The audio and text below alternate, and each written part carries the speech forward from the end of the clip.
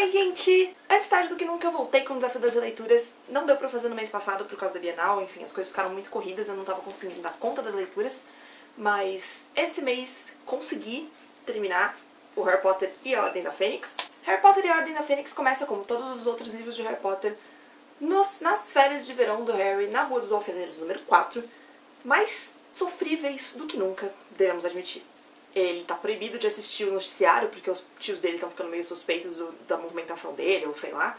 E ele tá ouvindo as notícias pra tentar captar se tá tendo alguma mudança no mundo dos trouxas pelo retorno do Lord Voldemort, escondido da presença do tio Walter e da tia Petúnia. E o Harry também tá muito chateado porque nenhum dos amigos dele tem se correspondido com ele não sabe o que tá acontecendo. Depois de todos os acontecimentos bizarros do fim do torneio Tribruxo no quarto ano de Hogwarts, ele esperava ter mais notícias dos amigos, mas ao invés disso ninguém mandou uma única coruja pra ele, ninguém responde mais do que o estritamente necessário, e isso tá deixando ele cada vez mais emburrado. Pra piorar, ele e o primo Duda são atacados por dementadores no meio da rua, e ele é obrigado a usar o feitiço do patrono pra salvar a própria vida e a vida do Duda.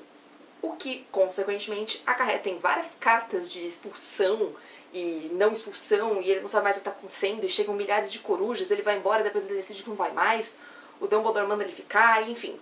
No fim das contas, o que acontece é que ele é proibido de sair de casa e é convocado para uma audiência disciplinar no Ministério da Magia. Mas ainda há uma luz fim do túnel, porque no final das férias, ele é resgatado por vários bruxos que ele desconhece, bom, alguns ele conhece, alguns não, e levado para a sede da Ordem da Fênix, que é a casa de ninguém mais do que o seu padrinho Sirius Black, a qual ele desconhecia.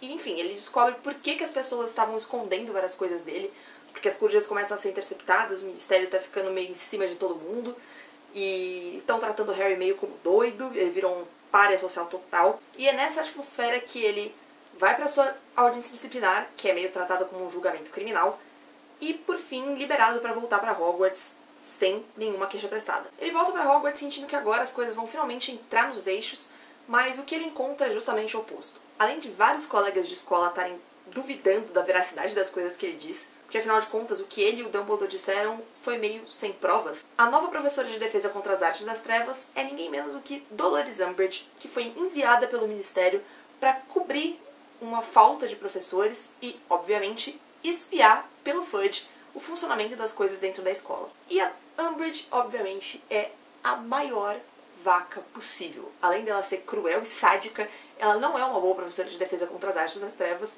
e os alunos sentem que tem que fazer alguma coisa para suprir essa necessidade de aprender mesmo as coisas agora que a situação tá ficando crítica no mundo dos bruxos. E o Harry, o Ron e a Hermione acabam fundando a Armada de Dumbledore, que vai se tornar não apenas um refúgio para eles, como um modo de preparar os seus colegas pro que está lá fora. Enfim, acontecem muitas coisas em A Ordem da Fênix, eu acho que eu nem me lembrava que aconteciam tantas coisas, e agora fazendo o resumo eu percebo a quantidade de informação que esse livro tem. Eu li ele pela última vez, provavelmente quando eu tinha por volta de uns 14, 15 anos, que foi na época que saiu o último livro, e desde então não li mais, ou seja, já fazem pelo menos uns 7 anos desde a última vez que eu li. A Ordem da Fênix nunca foi o meu livro preferido. Ele era de longe um dos que eu menos gostava. Eu sempre achei ele muito denso, muito chato. Mas relendo, eu percebi que isso talvez tenha sido uma influência um pouco da idade. Agora que eu reli, eu gostei muito mais da Ordem da Fênix do que eu lembrava de ter gostado quando eu era mais nova. Ele é um livro muito mais adulto em comparação com os anteriores. Ele tem muita informação, assim, muito mais do que os livros anteriores, e isso meio que prepara o terreno para a quantidade de coisas novas que vão vir nos últimos 2 livros. Uma coisa que eu achei engraçada, relendo, é que eu me lembrava muito de algumas cenas específicas em que as pessoas gritavam muito, mas eu não me lembrava que o livro era tão gritado por tanto tempo. Parece que todos os personagens estão constantemente gritando uns com os outros. É um livro inteiro em caps lock, sabe?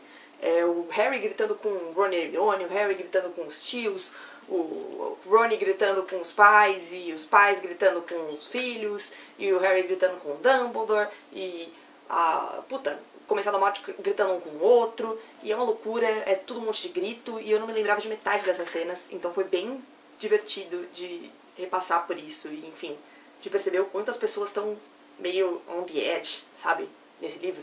Tá todo mundo meio nervoso o tempo todo, e com razão, E isso hoje faz bem mais sentido pra mim do que fazia nas primeiras vezes que eu li. A maior parte do que é cortado no filme, na verdade, fica da metade pro final, ou melhor, mais na sequência final, quando o Harry vai pro ministério e quando volta dele, que na verdade são os meus trechos preferidos. Muita coisa do que acontece no departamento de mistérios simplesmente não acontece no filme, e isso sempre me deixou meio frustrada, era uma coisa que eu tinha muito na cabeça, apesar de eu ter relembrado várias coisas que aconteciam no Ministério da Magia que eu não me lembrava, porque, enfim, muitos anos sem ler, e todas aquelas salas do departamento de mistérios, eu me lembro, agora nitidamente, de quando eu era mais nova, que eu sempre quis que a J.K. se aprofundasse nisso de alguma forma, enfim, que ela escrevesse um conto, sei lá, em que ela contasse pra que cada uma daquelas salas serviam. Assim como a sequência final da conversa Conversa, né, porque na verdade é mais uma pessoa contando e outra gritando.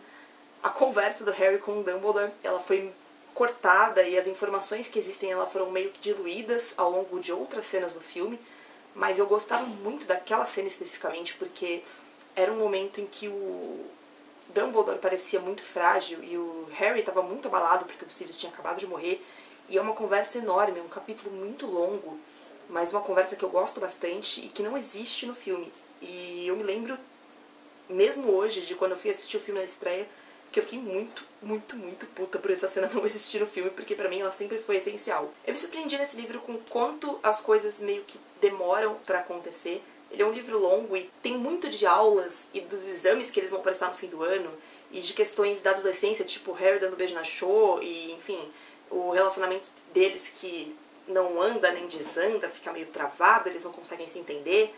Tem várias questões muito adolescentes nesse livro, diferentemente dos anteriores. Tipo, sempre existiu uma coisa relacionada à vida escolar dos personagens, enfim, a vida deles paralelamente com os acontecimentos principais, mas principalmente nos 3 primeiros livros, nos 2 primeiros, porque o terceiro ele não tem tanta essa participação de Voldemort, mas principalmente nesses primeiros livros, tem muito mais a ver com o desenrolar da narrativa principal e não tanto com desenvolver esse outro lado.